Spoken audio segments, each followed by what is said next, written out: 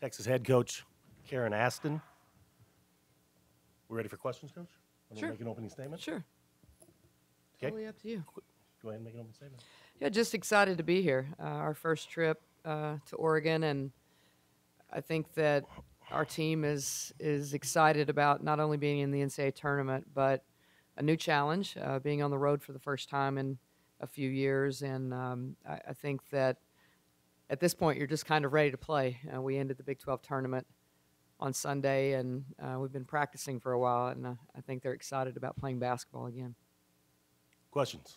Where were you Right. when you kind of found out the bracket had been put out, and what did you think of your seed and coming out there? Well, honestly, I was in the middle of practice, literally on the floor, and someone, my administrator, came and pecked me on the shoulder and said, so it's already been leaked out. And I was like, okay, we're in, right? And she said, oh, yeah. And it was a joke, kind of. And then, I was in the middle of practice, so she just kind of said, hey, everybody already knows who we play, and when practice is over, let's talk about the selection show. And, we decided to move forward with that. And, the seed didn't surprise me. Where we went did not surprise me, so it wasn't something that I would say we were caught off guard by or disappointed in, just because I think we understood that we were going to go on somebody's home court. I think we were prepared for that. How do you think having played, Mississippi State, Baylor, Flag, some other ranked teams helps you kind of get ready for this setting?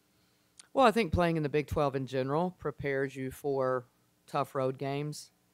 I say this all of the time. There's not another conference in the country that plays a home-and-home round robin where, the second time around, you're really in the trenches with execution, and, it's at a premium that you try to steal some road games. And the Big 12 is one of those leagues that really supports women's basketball. So I wouldn't even say necessarily non-conference games, but just the fact that the league is so tough, that your mental toughness is challenged, and your ability to, again, play on the road in tough situations. So I definitely think that we're prepared to, again, we're on a neutral court in our first game, and that's really the only one I'm worried about. But I do think that our team is prepared for toughness.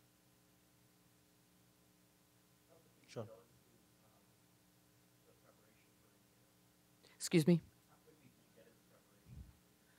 Very quickly. I mean, you have to look at some point once the bracket comes out, what day you play, what is the best day to take a day of rest, to be honest with you. I mean, we had been practicing for a solid week. So, you have to judge, okay, what's the best day to get their legs a rest, to get ready for, you hope, several days in a row. And so to do that, then some of it's mental as much as physical. I mean, we obviously got in the film room very quickly and got to some film presentation in a quick manner. And, you get on the floor and we're on spring break right now, so, it's a little difficult with numbers. We don't have practice guys right now. So a lot of it is, at this point, again, when you've been practicing as long as we were in between the break, it is a little more mental than physical. You just want to make sure your kids are fresh physically and ready to go. I mean, they're a very good team. If you want to answer my analysis of them, I think they're, maybe where they finished in their league is a little misleading. I think they're ready. They obviously are prepared for a physical game, and I think they've been through the grind kind of like we have. So I think they understand how competitive this game is going to be, as we do. How much do you lean on the point guard to kind of set the tone for what you guys want to do? Yeah, Shug is a big factor for us. I mean, she's the leader of our team. She's the captain as far as floor general wise, has the most experience really at the guard position other than Danny coming in from A&M. So, I mean, obviously we would lean on her, but I mean, Jatari has a wealth of experience, as does Joyner. So, I think we definitely have to lean on those three in particular.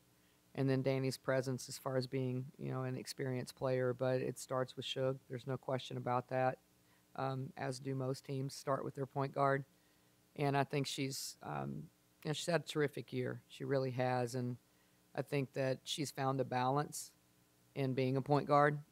She's gone through the ebb and flow of, do I score in this game? Do I need to distribute? And I really do think that she's found a terrific balance in being a prototype point guard that can assist and score at the same time. Any more questions? How much did it help, or did it help to have the Michigan film and your game with them and also the Indiana with them? It helped a little bit, I would say, just some familiarity with someone that's in the league. Obviously, that game was early. You know, when you looked at Michigan later, they were better, as I hoped we were. We were in the midst of losing a player in the middle of that tournament, a starter, so that was an emotional game for our team when we played Michigan. But I think as you start to scout an opponent in the NCAA tournament, in particular the first round, more than anything, you're almost trying to give, in particular when you have a lot of young kids like we do that haven't experienced this tournament really, you almost want to try to give them a glimpse of someone that you've played against in your league, you know, and do they mirror anybody that you've seen a couple of times in league play? What, you know, do they run some things that you've seen before? So I think it's a little bit more of that to make your young guys familiar with style of play.